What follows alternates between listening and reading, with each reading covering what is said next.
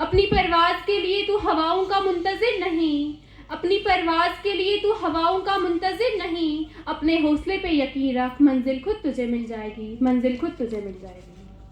मोहतरम सामिने किराम, मेहमान खसूसी, असातिज़ा किराम और मेरे अजीज़ साथियों, सबसे पहले आप सभी को मेरा सलाम व आदाब। जैसा कि हम आज यहाँ वर्ल्ड वाटर डे सेलिब्रेट करने के लिए इकट्ठा हुए हैं, मैं Salma Liaquat government degree college Kishtwar की स्टूडेंट आप सबके सामने सबसे पहले तो मैं आप सबके सामने डिस्ट्रीब्यूशन ऑफ वाटर पे बताऊंगी, फिर उसके बाद वाटर की इम्पोर्टेंस क्या है, देन उसके बाद थ्रेट्स, और उसके बाद हम ग्लेशियर्स जो हमारा जो थीम है 2025 का ग्लेशियर प्रिजर्वेशन, वो क्यों मेल्ट हो रहा है और हम उसको बचाने के लिए क्या कर सकते हैं। क्योंकि मुझे लगता है जब तक ना हमें जो हमारे पास नेचुरल रिसोर्सेज है उनकी वैल्यू हमें बार बार याद दिलाई जाए, तब तक हमें उनकी वैल्यू नहीं होती है।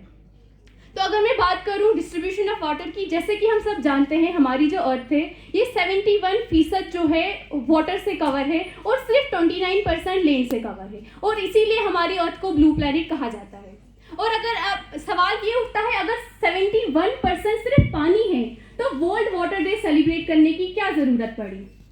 तो अब यहाँ पे मैं बताऊंगी जो 71, तो बात यहाँ पे ये उठती है कि जो 71% वाटर है हमारी अर्थ में वो कैसे डिस्ट्रीब्यूट है, मतलब वो कहाँ कहाँ पाया जाता है। तो अगर यहाँ पे बात करें इस 71% में 97.5% जो पानी है वो सॉल्ट वाटर है, यानी हमारे ओशंस पे प्रेजेंट है, तो हम उसको डायरेक्टली हम उसको कंज्यूम अपने हमारे लिए जो है वो फिट नहीं है।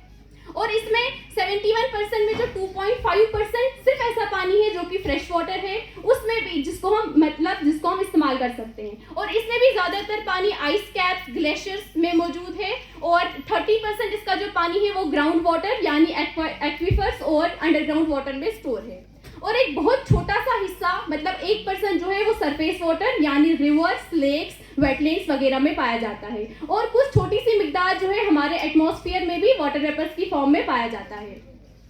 तो जो सवाल उठा था कि हम इस दिन को सेलिब्रेट क्यों करते हैं, तो वजह यही है कि ये जो फ्रेश वाटर जो कि सिर्फ 2.5% मौजूद है, हम इसकी अहमियत को समझें और हम कैसे सस्टेनेबल वेज हम मैनेज करें इस पानी को इस्तेमाल करने के लिए, हम जो कौन कौन से स्टेप ले सकते हैं उस पर फोकस करें।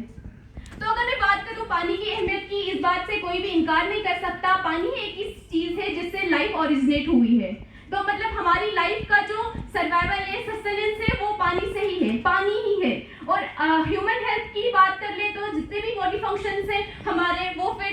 हाइड्रेशन मेंटेन करना रहा, वेस्ट रिमूवल की बात करें, डाइजेशन, एब्जॉर्प्शन, ये नॉर्मल हम अपनी हेल्थ की बात कर रहे हैं, वहाँ पे पानी बहुत ज़्यादा अहमियत रखता है। इसके अलावा इकोसिस्टम और एनवायरनमेंट की बात करें तो जैसे कि मैंने बोला लाइफ को सपोर्ट करता है। इसके अलावा एग्रीकल्चर, इंडस्ट्रीज, टूरिज्म में बहुत अहमियत हासिल है। सिर्फ इतना ही नहीं, यहाँ तक कि हमारे लाइवलीहुड सर्वाइवल तो एक बात हुई, हमारी इकोनॉमी, हमारी लाइफ का कोई भी हिस्सा ऐसा नहीं है जिसमें पानी का इस्तेमाल नहीं है। हमारी इकोनॉमी में भी public health, economic growth, food security, यहाँ तक कि स्पिरिचुअल एंड कल्चरल सिग्निफिकेंस भी पानी की है।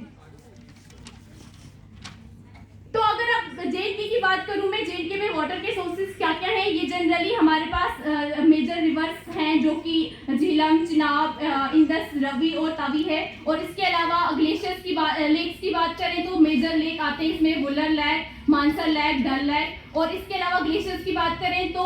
इंडिया जेएनके में 2019 में सर्वे की गई थी कि उनको जो है अराउंड 214 ग्लेशियर्स मिले, और उन्होंने देखा कि लगभग पिछले 30 सालों में 29% जो ग्लेशियर है वो डिक्लाइन हो चुका है। और मेजर ग्लेशियर्स की बात करें तो उसमें आता है कोल्हाई ग्लेशियर, मैकॉय, ड्रैगन, शफात और बाकी सब।